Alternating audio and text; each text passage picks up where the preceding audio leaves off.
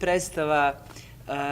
o kojoj pričamo i zaista, evo, za mene lično kao i glumicu i kao pozorišnog čovjeka izazvao jedan poseban i autentičan doživljaj na ovom festivalu i mislim da je jako značajno to nagraditi i pomenuti da je tu zaista sve ovo što je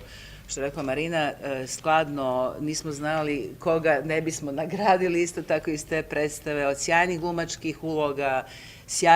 sjajnih muških uloga i izuzetno skladne muzike, recimo, koja je isto tako važan element ove predstave, te scenografije koja je jako zanimljiva i čista. Prosto sve je jednostavno bilo tako da nas je to navelo da toj predstavi damo i nagradu. Ono što smatramo da je značajna vrednost te predstave jeste što ona ima objedinjeno, ona ima harmoničan odnos prema svim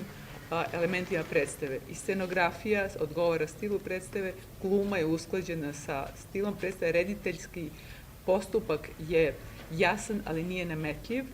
I ono što smo takođe smatrali da je značajno, to je da koliko su oni bili jako profesionalni i nisu se obazirali na probleme tehničke koje su imali, već su igrali onako punim srcem i veoma odlučno vodili svoju predstavu.